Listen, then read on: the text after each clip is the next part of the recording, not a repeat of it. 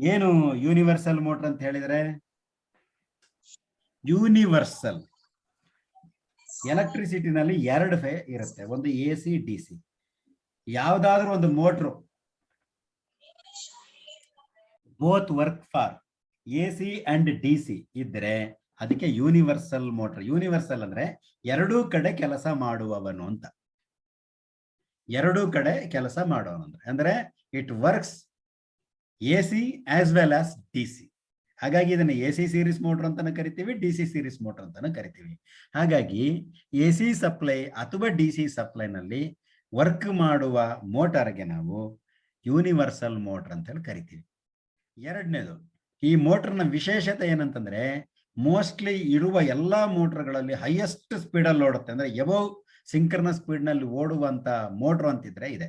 16,000 RPM ವರೆಗೂ ಓಡಿಸುತ್ತಿದೆ. 8,000ದಿಂದ ಹಿಡಿದು 16,000ವರೆಗೆ ಓಡುತ್ತೆ. Equivalent to the DC series motor. Without load we cannot start.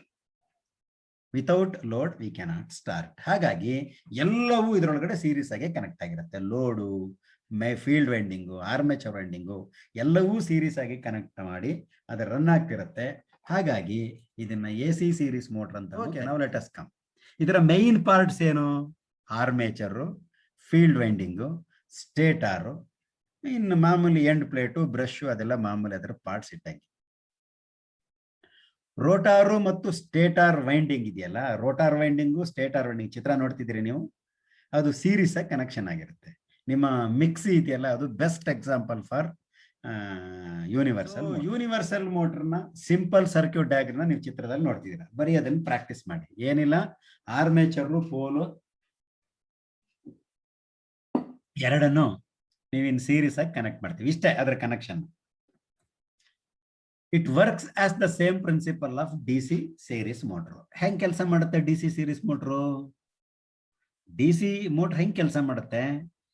ಒಂದು ಪೋಲ್ಗೆ ಸಪ್ಲೈ ಕೊಡ್ತೀವಿ, ಆರ್ಮೇಚರ್ಗೂ ಸಪ್ಲೈ ಕೊಡ್ತೀವಿ. ಎರಡೂ ಪೋಲ್ನಲ್ಲೂ ಮ್ಯಾಗ್ನೆಟಿಕ್ ಫ್ಲಕ್ಸ್ ಡೆವಲಪ್ ಆಗುತ್ತೆ. ಆರ್ಮೇಚರ್ನಲ್ಲೂ ಪ್ರೊಡ್ಯೂಸ್ ಆಗುತ್ತೆ, ಫೀಲ್ಡ್ ಅಲ್ಲೂ ಪ್ರೊಡ್ಯೂಸ್ ಆಗುತ್ತೆ. ಸೊ ಎರಡು ಫೋರ್ಸ್ ಇಂಟರಾಕ್ಟ್ ಆಗಿ ಟಾರ್ಕ್ ಡೆವಲಪ್ ಆಗುತ್ತೆ. When current carrying conductor placed in a magnetic field tends to rotate. ಮಾಮೂಲಿ ಎರಡರಲ್ಲೂ ಆದಾಗ ಎರಡು ಫ್ಲಕ್ಸು ಇನ್ನೊಂದು ರಿಯಾಕ್ಟ್ ಮಾಡುತ್ತೆ. ರಿಯಾಕ್ಟ್ ಮಾಡಿದಾಗ ಓಡ್ಲಿಕ್ಕೆ ಶುರು ಆಗುತ್ತೆ. This is called DC series motor working principal. ಈ ಮೋಟ್ರು ಡೆವಲಪ್ಸ್ ಯೂನಿಡೈರೆಕ್ಷನಲ್ ಟಾರ್ಕ್. AC-ನಾದ್ರೂ ಕೊಡು, DC-ನಾದ್ರೂ ಕೊಡು, ಅದರ ಯೂನಿಡೈರೆಕ್ಷನಲ್ ಅಂದ್ರೆ when ever current passing through the conductor, magnetic flux setup around the ಇದೆಯಲ್ಲ, ಅದು ಯೂನಿಡೈರೆಕ್ಷನಲ್ ಇರುತ್ತೆ. ಹಾಗಾಗಿ ಆ ಪ್ರಿನ್ಸಿಪಲ್ ಅಲ್ಲಿ ಅದು ಓಡುತ್ತೆ. AC ಆಪರೇಷನ್ ಅಲ್ಲಿ ಇದ್ದಾಗ ಬೋತ್ ಫೀಲ್ಡ್ ಮತ್ತು ಆರ್ಮೇಚರ್ ಕರೆಂಟ್ ಅದರ ಪೊಲಾರಿಟಿನ ಆಗಾಗ ಚೇಂಜ್ ಮಾಡ್ತಿರುತ್ತೆ. ಹಾಗಾಗಿ ಯೂನಿಡೈರೆಕ್ಷನಲ್ ಟಾರ್ಕ್ ಡೆವಲಪ್ ಆಗುತ್ತೆ.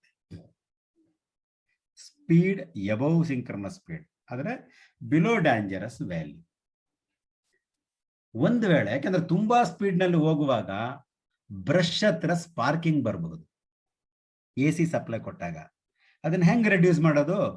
ಒಂದು, ಅದನ್ನ ರೆಡ್ಯೂಸ್ ಮಾಡ್ಲಿಕ್ಕೋಸ್ಕರ ರಿಪಲ್ಷನ್ ಮೋಟರ್ಗೆ ಹಾಕ್ದಂಗೆ ಇದಕ್ಕೂ ಕೂಡ ಒಂದು ಕಾಂಪನ್ಸೇಟಿಂಗ್ ವೈಂಡಿಂಗ್ ಹಾಕಿರ್ತೀವಿ.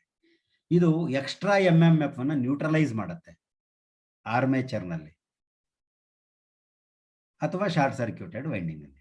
ಎರಡನೇದು, ಪ್ರೊವೈಡಿಂಗ್ ಕಾಮ್ಯುಟೇಟಿಂಗ್ ಇಂಟರ್ಪೋಲ್ಸ್ಗಳನ್ನು ಹಾಕಿದ್ರು ಕೂಡ ಇದನ್ನ ನಾವು ಮಿನಿಮೈಸ್ ಮಾಡಬಹುದು. ಎಲ್ಲಿ ಇಂಟರ್ಪೋಲ್ ಕೊಡ್ಸೋದು? ಸ್ಟೇಟರ್ ನಲ್ಲಿ, and connecting in series with the armature. ಇಲ್ಲ ಮೂರನೇದು, ಹೈ ರೆಸಿಸ್ಟೆನ್ಸ್ ಬ್ರಷ್ ಅನ್ನು ನಾವು ಪ್ರೊವೈಡ್ ಮಾಡಬೇಕಾಗುತ್ತೆ. ಇಷ್ಟು ಮಾಡಿದ್ರೆ ನಾವು ಯೂನಿವರ್ಸಲ್ ಮೋಟರ್ನ ಮಾಡಬೇಕಾಗುತ್ತೆ.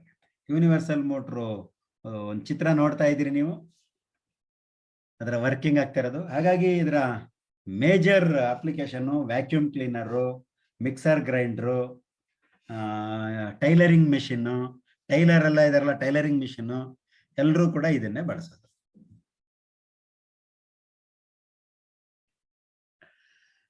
ಯೂನಿವರ್ಸಲ್ ಮೋಟರ್ನ ಕ್ಯಾರೆಕ್ಟರಿಸ್ಟಿಕ್ಸ್ ಬರೋಣ.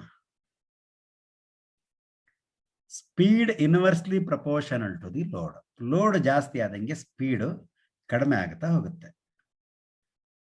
Speed reaches dangerously high due to low field flux at no loads. So the motor connected permanently with the load.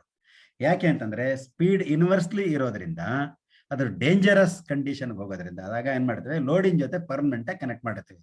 ಮಿಕ್ಸಿನಲ್ಲಿ ನೋಡಿ ಜಾರ್ ಹಾಕಿರ್ತಾರೆ. ಯಾವುದೇ ಕಾರಣಕ್ಕೂ ಈ ಮೋಟಾರ್ ಅನ್ನ ಲೋಡ್ ಇಲ್ಲದೆ ಸ್ಟಾರ್ಟ್ ಮಾಡಬಾರದು, ಬಿಕಾಸ್ ಆಫ್ ಡೇಂಜರಸ್ ಸ್ಪೀಡ್ಗೆ ಹೋಗೋದ್ರಿಂದ. ಇದರ ಟಾರ್ಕ್ ಸ್ಪೀಡ್ ಕ್ಯಾರೆಕ್ಟರಿಸ್ಟಿಕ್ಸ್ ಫಿಗರ್ ನಲ್ಲಿ ತೋರಿಸಿದೆ. 450% ಫುಲ್ ಲೋಡ್ ಟಾರ್ಕ್ ಅನ್ನ ಪ್ರಾರಂಭದಲ್ಲಿ ಡೆವಲಪ್ ಮಾಡುತ್ತೆ ಅಟ್ ಸ್ಟಾರ್ಟಿಂಗ್. ಯಾವುದೇ ಸಿಂಗಲ್ ಫೇಸ್ ಮೋಟರ್ಗಿಂತ ಹೈಯೆಸ್ಟ್ ಟಾರ್ಕ್ ಡೆವಲಪ್ ಮಾಡುವ ಮೋಟರ್ ಅಂದ್ರೆ universal motor. Direction of rotation change ಮಾಡೋದು ಸುಲಭ. ಕರೆಂಟ್ ಡೈರೆಕ್ಷನ್ ಫ್ಲೋ ಮಾಡೋದನ್ನ ರಿವರ್ಸ್ ಮಾಡಿದ್ರೆ ಆಯ್ತು. ಐದರ್ ಆರ್ಮೇಚರ್ ಅಥವಾ ಫೀಲ್ಡ್ ವೈಂಡಿಂಗ್ ಅನ್ನ ಇಂಟರ್ಚೇಂಜ್ ಮಾಡಿದ್ರೆ ಡೈರೆಕ್ಷನ್ ಆಫ್ ರೊಟೇಷನ್ ಚೇಂಜ್ ಆಗುತ್ತೆ.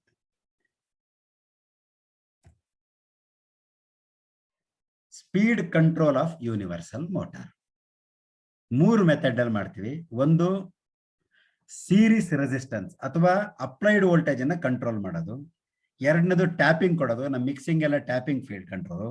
ಮೂರನೇದು ಸೆಂಟ್ರಿಫ್ಯೂಗಲ್ ಸ್ವಿಚ್ ಮೆಥಡ್. ಈ ಸೀರೀಸ್ ರೆಸಿಸ್ಟೆನ್ಸ್ ಅಥವಾ ಅಪ್ಲೈಡ್ ವೋಲ್ಟೇಜ್ ಕಂಟ್ರೋಲ್ ಮೆಥಡ್ ನಲ್ಲಿ ಒಂದು ವೇರಿಯಬಲ್ ರಿಯೋಸ್ಟಾಟ್ ಅನ್ನ ಅಡಿಷನಲ್ ಆಗಿ ಇನ್ ಸೀರೀಸ್ ಆಗಿ ಕನೆಕ್ಟ್ ಮಾಡ್ತೀವಿ. ಮೋಸ್ಟ್ಲಿ ನಮ್ಮ ಹೊಲಿಗೆ ಮಿಷಿನ್ ಇದೆಯಲ್ಲ, ಹೊಲಿಗೆ ಮಿಷಿನ್ ಅಲ್ಲಿ ಫೂಟ್ ಪ್ಯಾಡಲ್ ಕಾಲಲ್ಲಿ ಇಟ್ಕೊಂಡಿರ್ತಾನೆ ಟೈಲರ್ ಕಾಲಲ್ಲಿ ಒತ್ತಿಟ್ಕೊಂಡಿರ್ತಾನೆ, ಅದೇ ಸ್ಪೀಡ್ ಕಂಟ್ರೋಲ್. ಹಾಗಾಗಿ ಸ್ಪೀಡ್ ಕಂಟ್ರೋಲ್ ಮಾಡೋದು, ಅವನಿಗೆ ಯಾವಾಗ ಬಟ್ಟೆ ಮೇಲೆ ಸ್ಪೀಡಾಗಿ ಹೋಗ್ಬೇಕು ಕಡಿಮೆ ಹೋಗ್ಬೇಕು ಅನ್ನೋದನ್ನ ಕಂಟ್ರೋಲ್ ಮಾಡ್ತಾನೆ, ಫೂಟ್ ಪೆಡಲ್ ಅಲ್ಲಿ ಇರುತ್ತೆ. ಸೊ ಇದನ್ನ ವೋಲ್ಟೇಜ್ ಕಂಟ್ರೋಲ್ ಮೆಥಡ್ ಅಂತೇಳಿ ಕರಿತೇವೆ, ವೋಲ್ಟೇಜ್ ಕಂಟ್ರೋಲ್ ಮೆಥಡ್. ಎರಡನೇದು ಟ್ಯಾಪ್ಡ್ ಫೀಲ್ಡ್ ಕಂಟ್ರೋಲ್ ಅಲ್ಲಿ, ಟ್ಯಾಪ್ ಅಂದ್ರೆ 3 to 4 ಟ್ಯಾಪಿಂಗ್ ಅನ್ನ ಕೊಟ್ಟಿರ್ತಾನೆ. ಸ್ಪೀಡ್, ಲೋ, ಮೀಡಿಯಂ, ಹೈ ಅಂತೇಳಿ ಇರುತ್ತೆ. 2 ರಿಂದ 3 ಟ್ಯಾಪಿಂಗ್ ಇರುತ್ತೆ. ನಾವೇನ್ ಮಾಡ್ತೀವಿ, ಫೀಲ್ಡ್ MMF ಅನ್ನ ಟ್ಯಾಂಪಿಂಗ್ ಅನ್ನ ವೇರಿ ಮಾಡೋದ್ರ ಮುಖಾಂತರ ಫ್ಲಕ್ಸ್ ವೇರಿ ಆಗುತ್ತೆ, ಸ್ಪೀಡ್ ವೇರಿ ಆಗುತ್ತೆ. ಇದು ನಮ್ಮ ಫುಡ್ ಮಿಕ್ಸರ್ಗಳಲ್ಲಿ ನಾವು ಈ ತರದ ಸ್ಪೀಡ್ ಕಂಟ್ರೋಲ್ ಬಳಸ್ತೇವೆ. ಇನ್ನು ಮೂರನೇದು ಸೆಂಟ್ರಿಫ್ಯೂಗಲ್ ಸ್ವಿಚ್ ಮೆಥಡ್. ಸೊ ಇದರಲ್ಲಿ ಕೆಪಾಸಿಟರ್ ಮತ್ತು resistor, centrifugal mechanism adjusted by an external liver. ಒಂದು ಹೊರಗಡೆ ಲಿವರ್ ನಲ್ಲಿ ಇದನ್ನ ಅಡ್ಜಸ್ಟ್ ಮಾಡಿ ಕನೆಕ್ಟ್ ಮಾಡಿರ್ತೀವಿ ಮೋಟರ್ಗೆ ಸೀರೀಸ್ ಆಗಿ. Speed reaches the beyond certain limit, ಒಂದು ಸರ್ಟನ್ ಲಿಮಿಟ್ಗೆ ಅದು ರೀಚ್ ಆದಾಗ ಸೆಂಟ್ರಿಫ್ಯೂಗಲ್ ಡಿವೈಸು ಕಾಂಟ್ಯಾಕ್ಟ್ ನ ಓಪನ್ ಮಾಡುತ್ತೆ, ರೆಸಿಸ್ಟೆನ್ಸ್ ನ ಒಳಗಡೆ ಇನ್ಕ್ಲೂಡ್ ಮಾಡುತ್ತೆ. ಹಾಗಾಗಿ ರೆಸಿಸ್ಟೆನ್ಸ್ ಏನಾಗುತ್ತೆ, ಮೋಟರ್ ಸ್ಪೀಡ್ ಅನ್ನು ಡಿಕ್ರೀಸ್ ಮಾಡುತ್ತೆ. ಹೀಗೆ ಮಾಡುವಾಗ ಇಫ್ ದ ಸ್ಪೀಡ್ ಫಾಲ್ಸ್ ಪ್ರಿಡಿಟರ್ಮೈನ್ಡ್ ವ್ಯಾಲ್ಯೂಗೆ ಏನಾದ್ರೂ ಬಿದ್ದೋಗ್ಬಿಟ್ರೆ ಸೆಂಟ್ರಿಫ್ಯೂಗಲ್ ಸ್ವಿಚ್ ಏನಾಗುತ್ತೆ, ಮತ್ತೆ ಕ್ಲೋಸ್ ಆಗುತ್ತೆ, ಮೋಟಾರು ಓಡ್ಲಿಕ್ಕೆ ಶುರುವಾಗುತ್ತೆ.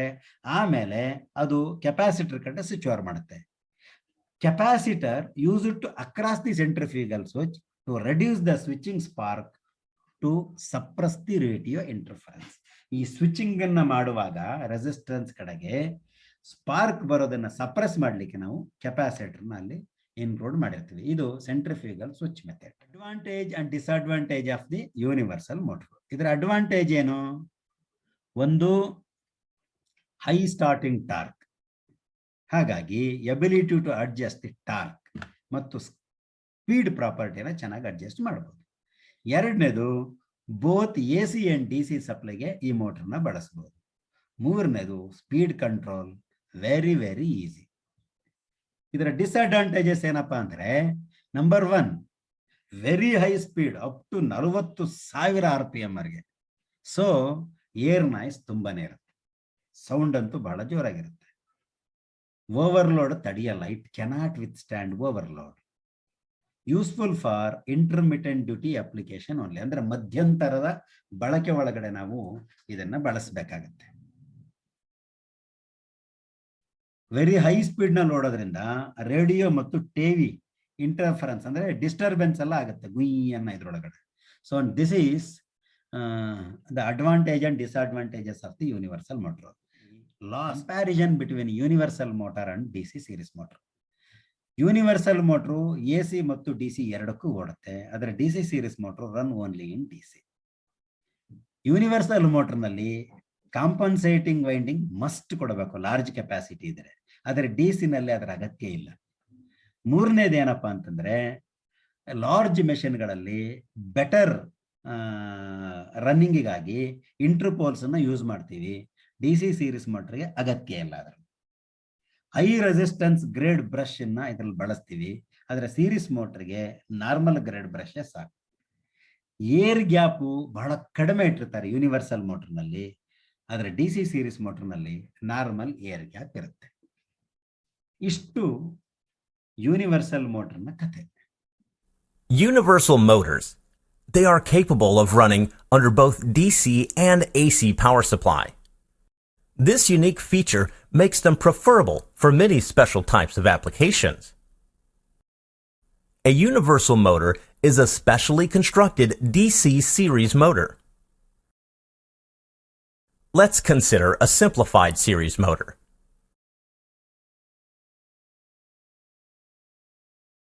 When connected to a DC power source, they work just like a DC motor. With the help of commutator rings, a unidirectional current is always made to flow through the left and right side of the coil. Thus, the torque action is always unidirectional and the rotor continues to rotate.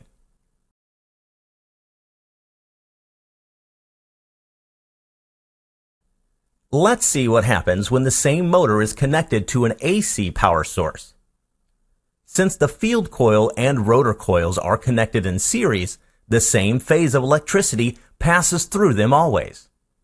It is obvious that, in this case, the electricity flow through the left and right part of the coil is never unidirectional. But along with the change in direction of this current, direction of magnetic flux also changes, as the same electricity flow through field and rotor coils. This simple trick will make sure that the torque action is always unidirectional. Here are the different scenarios that could occur during the motor rotation. It is clear that irrespective of speed of the rotor and frequency of electricity, the torque action is always in the same direction. As a result, the rotor will continue to rotate, even under an AC power source.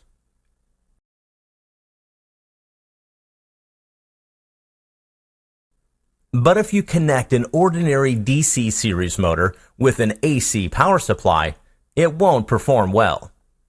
You have to make some modifications on it. Since the AC power produces a fluctuating magnetic field, eddy current loss in the core will be heavy.